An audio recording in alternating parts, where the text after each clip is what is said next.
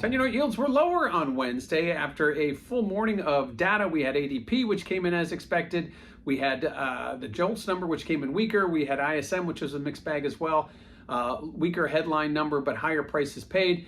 And then we had the quarterly refunding announcement, which came in as expected. So yields were lower after all that data heading into FOMC, which really was the key focus of the day. FOMC came out, no change in policy. However, they did talk about tapering their quantitative tightening more than expected. That helped push yields down to the session lows of 458. Mr. Powell then hit the microphone at his press conference, did talk about the fact that inflation remained higher than they were comfortable with, and likewise looking forward, each meeting would be decision would be meeting by meeting and data dependent, and they would not expecting the next move to be a hike, but you can't rule it out. So a lot of things in the market to absorb. Yields ended up moving down to 458, but closing closer to 463.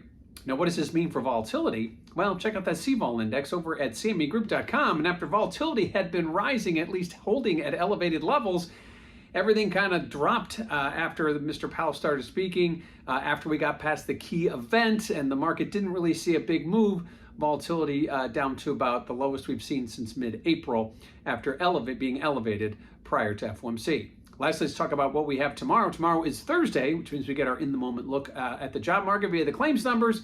We also will kind of look at that post-FOMC trade, maybe even a post-FOMC pre-non-farm payroll trade, which is on Friday. It's always interesting to see the market's reaction kind of after having a day to absorb but not only what the Fed said, but what Mr. Powell said in his press conference after. So keep an eye out.